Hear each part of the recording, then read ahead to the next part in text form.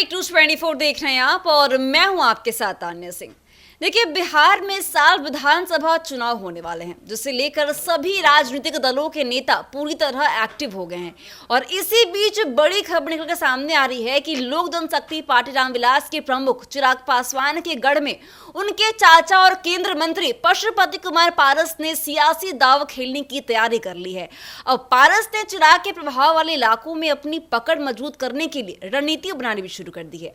और इसी बीच आपको बता दें कि सीएम नीतीश कुमार के बेटे निशांत कुमार ने मीडिया कर्मियों के सामने भी एक बड़ा बयान दे दिया है, जिसे लेकर पक्ष और विपक्ष दोनों ही टेंशन भी बढ़ती जा रही है। तो इसी मुद्दों पर हम बात करेंगे। बात करने के लिए मेरे साथ मेरे दो सहयोगी सितेश और प्रिया मौजूद है। सबसे पहले हम प्रिया से बात करेंगे। प्रिया, देखिए, आगामी बिहार विधानसभा चुनाव को लेकर सभी नेता काफी ज्यादा एक्टिव मोड में नजर आ रहे हैं, लेकिन इसी बीच पशुपति पारस का एक बयान काफी सारी बातों को बयां कर रहा है। क्या बोलेंगे आप? जी तानिया जी, आपको बता दें कि पशुपति पारस लगातार आरएलजेपी पार्टी की कमान संभाले हुए हैं। साथ ही साथ चिराग पासवान की टेंशन बढ़ाने में पशुपति पारस का दाव हमेशा से आगे देखा जाता है। यह पहली बार नहीं है जब पशुपति पारस चिराग पासवान या फिर राजनीति पर बोलना शुरू किए हों। सबसे पहले हम जिक्र करेंगे लोकसभा चुनाव के दौरान, क्योंकि यहाँ रुख मोड़ना जरूरी हो गया है। अब लोकसभा चुनाव के दौरान क्या हुआ कि पशुपति पारस कहीं ना कहीं उनका नाम दबदबा धीरे धीरे खत्म होना शुरू हो गया था। जहां चिराग पासवान मोदी फैक्टर के नाम पर काफी जीत हासिल किए, 5 सीट पर चुनाव लड़े और 5 सीट जीत हासिल करके उन्होंने ये बातें समक्ष रख दी कि मैं कहीं ना कहीं पार्टी को और पासवानों का नेता हूं। लेकिन इस बीच सवाल उठता है कि पासवानों का नेता होने के बावजूद भी पासवानों की अन्याय में क्यों नहीं चिराग पासवान बोलते नजर आए। इस बीच सवाल पशुपति पारस का आपने किया, जो आरएलजेपी पार्टी के काफी बड़े हस्ती माने जाते हैं। कुछ समय पहले की बात किया जाए, जब चिराग पासवान बीजेपी के तमाम फैसलों पर नाराजगी जता रहे थे, तब कहीं ना कहीं पशुपति पारस की नजदीकियां बीजेपी के कद्दावर नेताओं के साथ बढ़ी थी। उस समय क्या हुआ था कि बातें ये मीडिया संस्थान में और लगातार जनता के बीच शुरू हो गई थी कि पशुपति पारस कहीं ना कहीं अब बड़े पद पर बैठने की बड़ी योजना बना रहे हैं। लेकिन जैसे चिराग पासवान पशुपति पारस को फिर से धीरे धीरे साइड करना शुरू किए, पशुपति पारस को बीजेपी के नेताओं ने भी साइड कर दिया। अब सवाल उठता है कि पशुपति पारस फिर से एक बार राजनीति को लेकर अपनी अहमियता को बरकरार किए हैं। स्टेट कमेटी की बैठक कर रहे हैं, साथ ही साथ कई जिलों में जा रहे हैं और बैठक जारी कर रहे हैं। उनकी बैठक की बातें ये नहीं है कि वो नेताओं के साथ सिर्फ बैठक करके मनमानी करे और राजनीति की रोटियां सेक रहे हैं। उसमें सवाल उठता है कि बैठक में बड़ा मुद्दा जो उनका है नए कैंडिडेट को लेकर। अब नए कैंडिडेट को लेकर कहीं ना कहीं इंटरनल सर्वे भी शुरू कर दिए हैं पशुपति पारस। यानी कि इस बार पशुपति पारस एक बार भी अपना दाव पीछे नहीं हटाने को मजबूर हैं। इस बीच उनके साथ प्रिंस राज भी नजर आ रहे हैं, जो कहीं ना कहीं पशुपति पारस की हर एक राजनीति में अपनी अहम भागीदारी दिखा रहे हैं। अब सवाल उठता है कि जब स्टेट कमेटी की बड़ी बैठक कर रहे हैं, कई राज्यों में जा रहे हैं, 12 राज्यों का उन्होंने निरीक्षण के साथ साथ लोगों से बातचीत की, यानी कि ये कम बात नहीं है। जहां चिराग पासवान अभी एक भी क्षेत्र में नजर नहीं आ रहे हैं, विदेशी यात्राएं कर रहे हैं। हम नहीं मानना चाहेंगे कि चिराग पासवान जी विदेश में नहीं घूम रहे हैं। तस्वीरें ब्याह करिए, इंस्टाग्राम खोलिए, चिराग पासवान की तस्वीरें यही ब्याह करेगी कि अपने फूड प्रोसेसिंग डिपार्टमेंट को लेकर लगातार वो बड़े बड़े हस्तियों के साथ बैठक कर रहे हैं। लेकिन वहां पशुपति पारस कहां नजर आ रहे हैं? अपने संसदीय क्षेत्र में कभी हाजीपुर, कभी खगड़िया, कभी कई जिलों में उनकी जमावड़ा देखी जा रही है। आरएलजेपी पार्टी की बोलबाला जारी है। ये साफ तौर पे आने वाले आगामी बिहार विधानसभा चुनाव को बड़ी चुनौती देने वाले हैं पशुपति पारस। जी सितेश जी, जैसे कि प्रिया जी ने कहा कि पशुपति पारस एक अहम बैठक करने वाले हैं। वो बैठक कहाँ हो रहा है? उनके सांसद हाजीपुर में, जहां अटकलें ये भी आ रही हैं कि शायद पशुपति पारस चिराग के गढ़ में ही रहकर उनके साथ खेला करने वाले हैं। तो क्या लगता है आपको कि ये सारी जो बातें सामने आ रही है चिराग के लिए मुश्किलें बढ़ा सकती हैं? देखिए, सबसे बड़ी बात पशुपति पारस की हर एक पहल चिराग के लिए टेंशन की बात होगी, क्योंकि पशुपति पारस भी उसी समाज से आते हैं और चिराग पासवान भी उसी समाज से आते हैं। जब उनके पिता थे रामविलास पासवान, तब तक चीज़ें ठीक थी, लेकिन जैसे उनके पिता का निधन हुआ, यानी रामविलास पासवान नहीं रहे, तो चिराग पासवान और इनके बीच खटपट शुरू हो गई। ये सारी बातें लोग जानते हैं। अब यहाँ स्थापना दिवस को भी लेकर देखिएगा तो उन्होंने कैसे मनाया और इन्होंने कैसे मनाया, दोनों चीज़ें में फ़र्क आपको साफ दिखेंगे। चिराग पासवान जो है अपने कार्यालय पर मनाए, वो अपने आवास सरवनी में मनाए। तो पूरे अगर बिहार की राजनीति में अगर देखा जाए तो लगभग 6% जो है वो दलितों का वोट आता है। तो मान के चलिए कि अगर पशुपति पारस जिस तरीके से एक कार्यकारिणी सदस्यों की बैठक कर रहे हैं, सभी लोगों के बीच में जा रहे हैं और इंटरनल सर्वे की जो बातें निकल कर आ रही हैं, अगर उस तरीके से, अगर उस पहल पे अगर वो एक्टिव सही में नजर आए, तो जो चिराग पासवान के लिए आने वाले बिहार विधानसभा चुनाव में क्या होगा, एक बड़ी चुनौती होगी। क्योंकि चिराग पासवान अभी अगर देखा जाए तो अपने क्षेत्र में भी बहुत कम सक्रिय हैं। ये बातें मैं नहीं, पूरी मीडिया कह रही है, और मीडिया के साथ साथ वहाँ एक सर्वे भी आप करवा के देख लीजिए, या फिर जो लोग वहाँ इर्द गिर्द रह रहे हैं, स्थानीय लोग भी यही बातें कह रहे हैं। ना उनके क्षेत्र में अपराध का दर कम है, एनडीए की सरकार है, चौकीदार दफादार पासवान समाज के जो लोग हैं इस चीज़ को मांग कर रहे हैं, उस चीज़ पे भी अभी तक इन्होंने चुप्पी साधी बैठे हैं। जब भी उनके समाज की बात होती है तब भी चुप बैठते हैं। बिहारी फर्स्ट की बात करते हैं, बीपीएससी छात्रों पे जब लाठियां चलती हैं तो 1 महीने बाद उनका स्टेटमेंट आता है। क्या जब लाठियां चल रही थी तब क्या उनके पास बोलने के लिए शब्द नहीं थे, या फिर वो इसलिए नहीं बोलना चाहते थे कि उन्हें दिल्ली में ज़्यादा सीटें मिल जाएं?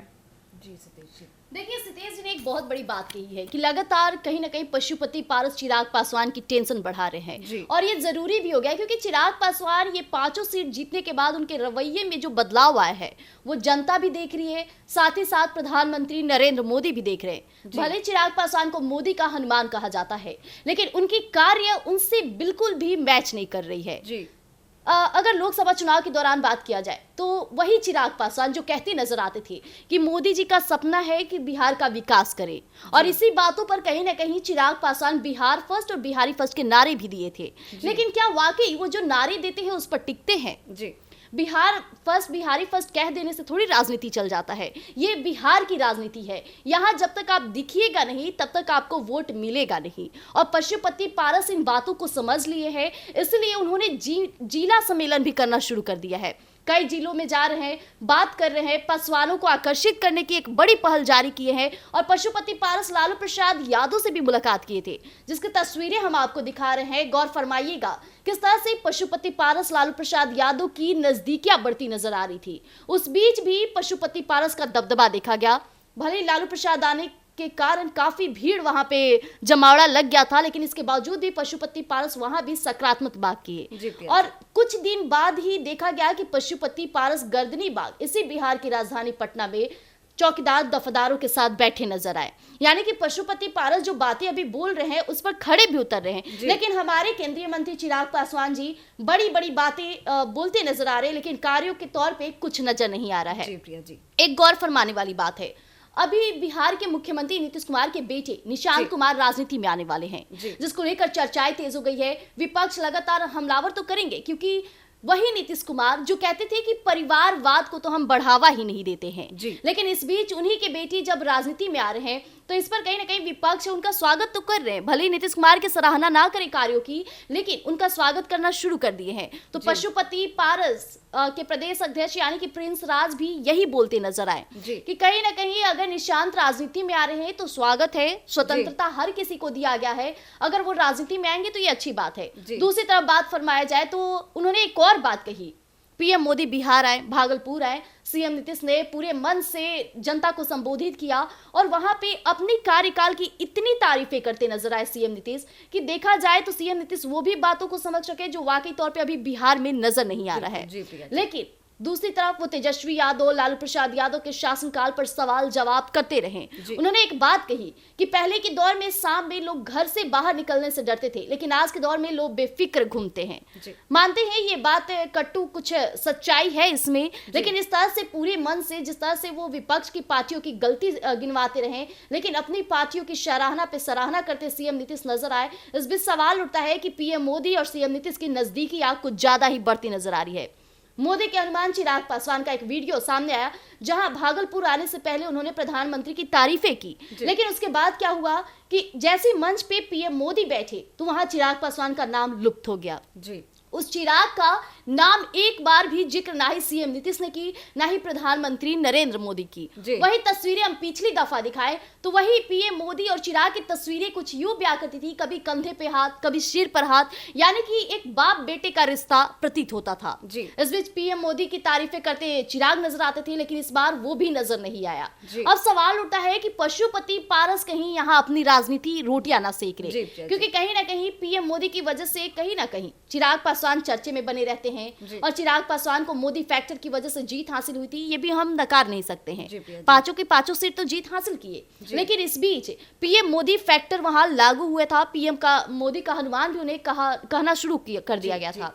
अब सवाल उठता है कि पीएम मोदी बिहार आए, इस पर प्रिंस राज का एक बड़ा बात सामने आया। उन्होंने कहा कि पीएम मोदी बिहार की दुर्गति पर कुछ नहीं कर रहे हैं, जी यानी कि वो जानते हैं कि बिहार में जो शासनकाल सीएम नीतीश की चल रही है उसे दुर्गति के तौर पे देख रहे हैं। यानी पशुपति पारस अपने तो कार्यों की सराहना कर रहे हैं, साथ ही साथ सीएम नीतीश को वो करारा जवाब भी दे रहे हैं। जी वही पशुपति पारस जो बार बार ये बातें खुल रही थी कि वो एनडीए का हिस्सा नहीं है। पशुपति पारस कहते नजर आते थे कि हम एनडीए में हैं, हमारी मुलाकात हो रही है बीजेपी के कद्दावर नेताओं से। इसके बाद से अब कहीं ना कहीं वो खुद को एनडीए का हिस्सा बिल्कुल नहीं मानते हैं। जी ये साफ जाहिर होती है और लालू प्रसाद यादव से मुलाकात के बाद तो ये बातें और भी ज्यादा स्पष्ट हो गई है। जी प्रिया जी। सितेश जी, जैसे कि आपको पता है कि सीएम नीतीश के बेटे निशांत कुमार फिलहाल बिहार की राजनीति में काफी एक्टिव मोड में है। जिस तरह से उन्होंने हाल ही में मीडिया कर्मियों से बातचीत की और बातचीत के दौरान उन्होंने अपने पिता सीएम नीतीश कुमार को एक बार फिर से सीएम बनाने के लिए जनता से अपील की। इस पर क्या बोलेंगे आप? देखिए, एनडीए ने इस चीज़ का बहुत पहले ही ऐलान कर दिया है। जी इस बात को सब लोग जानते हैं, भली बात ही जानते हैं। जब 2025 की बात आई तो 25 से 30 फिर से नीतीश का पोस्टर जो लगा है जेडीयू कार्यालय के बाहर, आप देख सकती हैं। इस बात की घोषणा उस पोस्टर के माध्यम से आज से 5 महीने पहले ही कर दी गई थी। इसके बाद मजबूरन भाजपा को उन्हें नीतीश कुमार के चेहरे पे ये चीज़ें ऐलान करनी पड़ी कि नीतीश कुमार के नेतृत्व में ही जो है बिहार विधानसभा का चुनाव लड़ा जाएगा। लेकिन इसमें एक और बात ध्यान देने वाली है कि चिराग पासवान के पार्टी के प्रवक्ता ने क्या कह दिया है कि जिसकी ज़्यादा सीट सीएम उसकी बनेंगे। तो इस बात से अब कहीं ना कहीं ये चीज़ें निकल के आ रही हैं कि अगर मान के चले कि सीट शेयरिंग तो हो भी जाती है, लेकिन सीटें अगर जिसकी अधिक हुई उस हिसाब से सीएम उसका होगा। तो यानी कहने के रूप में ये नीतीश कुमार के नाम पे तो चुनाव लड़ा जा रहा है, लेकिन जिस पार्टी का जितना बहुमत होगा उस हिसाब से तय होगा कि किसकी सत्ता में कितनी सीटें होंगी और कौन गद्दी पे बैठेगा। लेकिन सितेश जी, पशुपति पारस भी 243 सीटों की बड़ी पहल जारी कर रहे हैं। उन्होंने कहा कि हम 243 सीटों पर चुनाव लड़ने की तैयारी में है। क्या लगता है आपको, क्या वो 243 सीटों पर अपनी जीत हासिल कर पाएंगे? और साथ ही साथ जो इंटरनल सर्वे चल रहा है कितना काम आने वाला है? देखिए, बिहार में हमेशा से जब भी चुनाव हुआ है जाति फैक्टर जो है एक बहुत बड़ा मुद्दा रहा है। जब भी चुनाव के आंकड़े उठाकर देखिएगा तो जातिवाद हर चुनाव में आपको मिलेगा। अगर पशुपति पारस अगर ये सोच रहे हैं कि 243 सीटों पे लड़े तो ये उनकी कहीं ना कहीं गलती कही जाएगी। उनके पास सबसे अच्छा मौका ये है कि वो कुछ सीटों को चुने जहाँ से उनकी पार्टी की पकड़ अच्छी हो, जहाँ से उनके जो समाज के लोग हैं वो कोर वोटर हों वो अच्छे, वो लोग इन्हें जानते हों, और जहां इनका पकड़ अच्छा हो और जहां ये चिराग पासवान को दबा सकें वहीं ये चीजें निकल कर आएंगी। अगर ये सोचेंगे कि जनरल की सीट पे जाके हम वहां करें तो फिर इनके लिए वो कहा जाए तो गोईठे में घी डालने के बराबर होगा। यानी आप कितना भी मेहनत कर ले कोई लाभ नहीं होने वाला। इनके पास सबसे बेहतरीन ऑफर है। इन्होंने ये बहुत पहले एक बात कही थी कि मुझे सब कुछ मंजूर है लेकिन चिराग पासवान जहां रहेंगे उसमें मुझे गठबंधन मंजूर नहीं है। तो ये बातें तभी साफ हो गई थी कि वो कहीं ना कहीं एनडीए के साथ गठबंधन नहीं करेंगे। अगर करेंगे भी तो चिराग पासवान को दरकिनार करना पड़ेगा एनडीए से। और तानिया जी, अगर गौर फरमाया जाए तो जो ये स्टेट कम्युनिटी की बैठक हो रही है, जिला सम्मेलन हो रहा है, इसका कहीं ना कहीं असर बिहार विधानसभा चुनाव पर पड़ने वाला है। क्योंकि पशुपति पारस इन दिनों सक्रिय हो गए हैं और चौकीदारों का मामला तो हम एक न्यूज़ 24 पर लगातार चलाते रहे हैं और इन बातों को स्पष्ट भी करते। तो पशुपति पारस जो लगातार बोलते नजर आ रहे हैं कि चौकीदारों को हम न्याय दिलाएंगे, कहीं ना कहीं पासवानों का वोट उनकी तरफ आकर्षित होना शुरू हो गया है। क्योंकि जैसा कि अभी सितेश जी ने बताया कि स्थापना दिवस की तस्वीरें ही ये बयां कर दी कि पशुपति पारस का दबदबा अभी हाजीपुर के साथ साथ पासवानों के साथ कितनी प्रेमपूर्ण है और इसका असर बिहार विधानसभा चुनाव पर पड़ने वाला है, जहां चिराग पासवान भले ही विदेशी यात्राओं को साधने में लगे हैं, बड़ी बड़ी बातें कर रहे हैं। जब तक रामविलास पासवान थे तब तक चिराग पासवान के ऊपर एक कहा जाए तो एक साया था। यानी ये जहां भी जाते थे जो करते थे लोगों को भरोसा था कि हमारे समाज से हैं, हमारे हित के लिए करेंगे।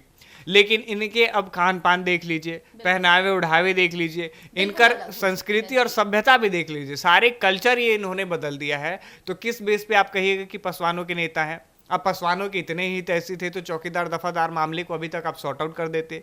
बिहारी फर्स्ट की बात करते हैं तो लाठियां चल रही थी तब भी आप आवाज देते, लेकिन आपको अपनी कुर्सी प्यारी रही हर बार, क्योंकि आप बीपीएससी मामले में इसलिए चुप रहे क्योंकि दिल्ली में चुनाव था, आपको सीटें चाहिए थी।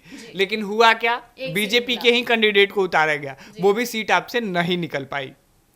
तो जैसा कि आपने सुना कि आगामी बिहार विधानसभा चुनाव को लेकर बिहार की राजनीति में सियासत काफी ज्यादा गर्मा गई है, जहां एक और पशुपति पारस चिराग के गढ़ हाजीपुर में एक बड़ा कार्यक्रम करने वाले हैं, तो वहीं दूसरी ओर सीएम नीतीश कुमार के बेटे निशांत कुमार का बड़ा बयान चिराग के लिए संकट का दौर बनता जा रहा है। अब देखने वाली बात यह होगी कि अब आगामी बिहार विधानसभा चुनाव में क्या बड़ा खेला होने वाला है। तो ऐसे अपडेट्स के बने रहिए हमारे साथ और देखते रहिए 24। धन्यवाद।